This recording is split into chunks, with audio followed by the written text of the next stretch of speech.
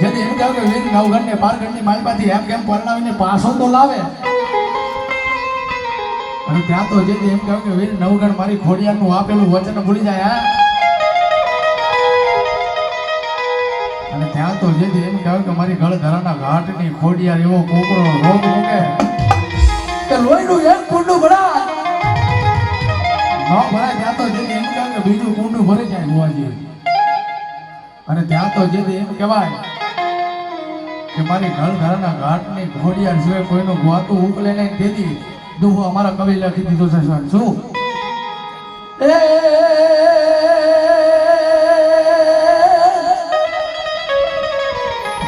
મારી પોતાને પડ્યા મારી ખોડિયાર જતી ગિરનારમાં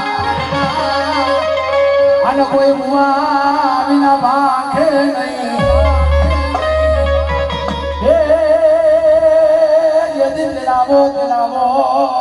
બોલ્યા વેદના ભુવા મુમસિયાને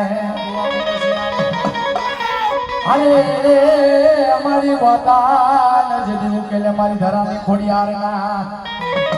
અને મારી ગળધરાના ઘાટની ખોડિયાર રમવા આવી ગયા છે. ત્યારે એ મૈયારણ તો બન્યા